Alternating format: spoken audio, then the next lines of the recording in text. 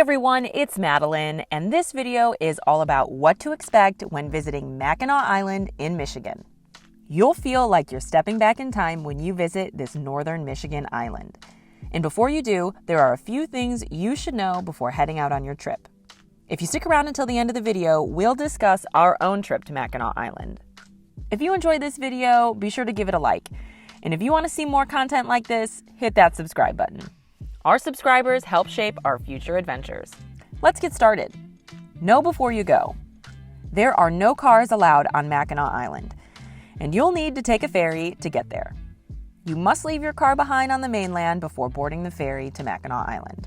You'll arrange for your bags to be delivered to your hotel before boarding the ferry. The two main ferry lines to Mackinac Island are Shepler's Mackinac Island Ferry and Starline Mackinac Island Ferry. Since there are no cars on the island, you'll need to walk, bike ride, or take a horse-drawn taxi to your hotel destination and anywhere else you wish to explore while visiting Mackinac Island. There is so much rich history on Mackinac Island, from Fort Mackinac to the Grand Hotel, and you'll undoubtedly enrich your trip by brushing up on some history before you get there. The island opens between May and October, with summer being the most popular time to head up to Mackinac. The weather tends to be cooler in the summer and stays in the 70s, so it's a comfortable spot to spend the summer without the heat being too much to handle. There are no traditional beaches on Mackinac Island. There are some areas where you can wade into the water, but the shores are rocky and water shoes are recommended. Many hotels and resorts on the island have swimming pools if you feel the need to cool off with a swim and don't want to wade into the chilly Great Lakes Straits. Mackinac Island once held a national park designation and was the second national park named after Yellowstone. But after the closure of Fort Mackinac, the island was handed over to the State Park Service, and 82% of Mackinac Island is a Michigan state park. Things to do. Ferry ride. This may seem like a fairly obvious thing to do because it is how you get on and off Mackinac Island. But there are a few things you should know about the ferry system. As I mentioned earlier, there are two leading companies. Adult round-trip tickets for both Shepler's and Starline are around $30 a piece. They offer trips to the island that take 16 minutes and give you great views of the Mackinac Bridge and Mackinac Island as you approach. There is an option for a longer ferry ride that will take you underneath the Mackinac Bridge. The bridge itself is very impressive, but unfortunately, the long ride did not fit in our schedule on this trip, but we would definitely do it in the future. Pets are allowed on the ferry as long as they are leashed and well behaved.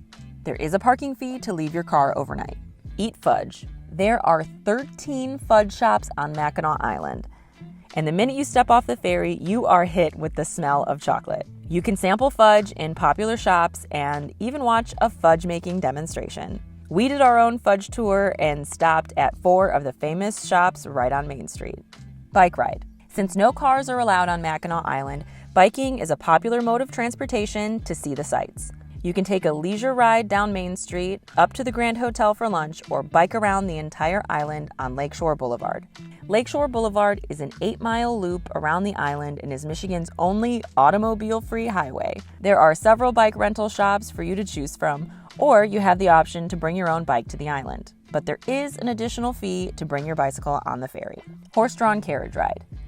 There are several opportunities to ride around in a horse-drawn carriage. There are carriage tours you can take to learn about the island, you can horseback ride, or you can even take a horse-drawn taxi to your dinner reservations. There are plenty of opportunities to enjoy this classic mode of transportation. Hike to Arch Rock. This 50-foot wide natural arch is one of the most popular spots to explore on Mackinac. It's located on the southeast side of the island along the Lake Huron shoreline and is part of the Mackinac Island State Park. You do have to walk up 207 stairs to see the arch and take in the view of Lake Huron below. Visit Fort Mackinac. Mackinac Island was once the home of Fort Mackinac, an active military outpost from the late 1700s until 1895. Costumed interpreters lead walking tours of the fort and host reenactments of what life would have been like living on the fort in active times. Admission into the fort is $15.50 for adults and $9.25 for children. The tea room is also located within the fort, so you can stop in for lunch while exploring. This spot also provides great views of the island. Explore the Grand Hotel. Located high on the hill is probably the most iconic image on Mackinac, and that's the Grand Hotel. If you aren't staying in the hotel, you can stop in to explore for a fee of $10. You can also make reservations for lunch or dinner in the Grand Hotel's main dining room, which overlooks the world's longest porch. Another option is to grab drinks in one of the hotel bars or stop for ice cream at Sadie's Ice Cream Parlor. You can eat at Sadie's without paying the $10 fee. If you're visiting the hotel at night, they have a dress code, including dresses for women and suits and ties for men. They try to keep up an old tradition at the Grand Hotel and want to make your trip feel extra special. Take a boat cruise. There are several boating charters that you can take on the island. Sunset cruises, boat tours, sailboat adventures, or parasailing are all options to enjoy Mackinac from the water. Visit historic churches. Mission Church is the oldest surviving church building in all of Michigan. Dating back to the 1830s, St. Anne's Catholic Church recently celebrated its 350th anniversary of the first Catholic mission on Mackinac. And the current church building dates back to 1878. The Little Stone Church was built in 1904 and is also a popular destination. All of these churches are incredibly popular wedding venues. Eat great food. There are several excellent restaurants located on Mackinac Island. We thoroughly enjoyed a few spots, including Kingston Kitchen, the Gatehouse, and the Pink Pony. Unfortunately, the dining room at the Grand Hotel was closed for a private event when we visited, but we would love to do that another time. Tour the Governor's Summer Residence. From June 1st to August 31st, tours of the Michigan Governor's Summer Residence are available every Wednesday. The quick 15-minute tour is free and brings you through the first floor of the classic Victorian mansion. Golf. It may surprise you, but there are several opportunities to golf on Mackinac Island. The Jewel is the 18-hole golf course at the Grand Hotel. Also, the Grand Hotel has the Gem, their miniature golf course. At Mission Point Resort, they have the Greens of Mackinac, which is an 18-hole putting course. Wawashkamo Golf Club is a 9-hole links course that was built in 1898 and is the oldest golf club in Michigan. Where to stay? There are several excellent options for staying on Mackinac Island, with accommodations for every type of stay. Fair warning, Mackinac Island lodging is expensive due to high demand and the remote location. Resorts. The Grand Hotel. The Grand Hotel is the most famous resort on Mackinac Island and offers old-fashioned Victorian luxury. You can sit out on the world's largest porch and enjoy views of the water and the island below. The property offers several dining opportunities from the main dining room to Sadie's Ice Cream Parlor. A stay at the Grand Hotel is rather pricey, with room prices ranging from $600 to $1,600 a night. Again, you can walk the grounds for a $10 fee or make a reservation at the restaurants to get your Grand Hotel experience. Mission Point Resort. Located across the island is the Mission Point Resort. Their sprawling lawn and inviting accommodations make for a delightful stay. Mission Point is also a dog-friendly resort, so if you plan on traveling with your pup, this is an excellent option. Rooms at Mission Point range in price from $300 to $700 a night, depending on the package booked. Hotels. Several hotels line Main Street above the Fudge shops and restaurants, including the Main Street Inn and Suites and the Murray Hotel. Other Main Street hotels offer water views, such as Hotel Iroquois and the Chippewa Hotel Waterfront.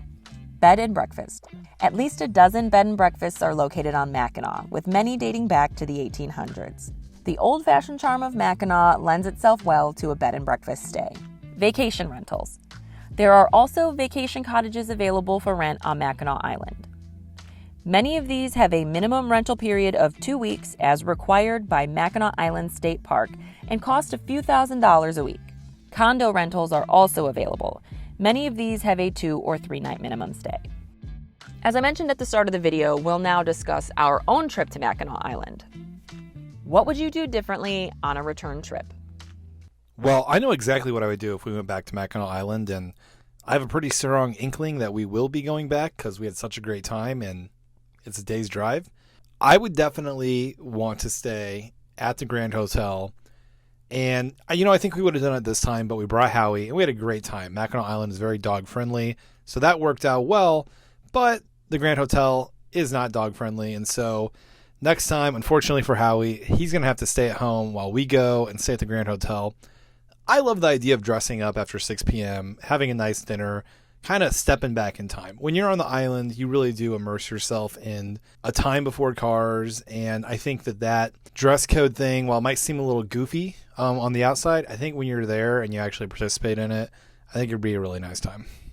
Something that we didn't get to do on this trip, but I would definitely do on a trip back, would be to bike around the entire island. We had our dog with us this time, and so we weren't able to rent bikes, but I think next time we would definitely want to do that because it just gives you the freedom to explore. Like I said, you can go around the entire island, you can see all the parts of the state park area, and I just think it gives you a little more freedom to explore at your own pace. We walked everywhere, but I just think it's a really awesome way to see the island from a different perspective. If you want to see more from our Great Lake adventures, click right here. Don't forget to subscribe, and we'll catch you on the next one.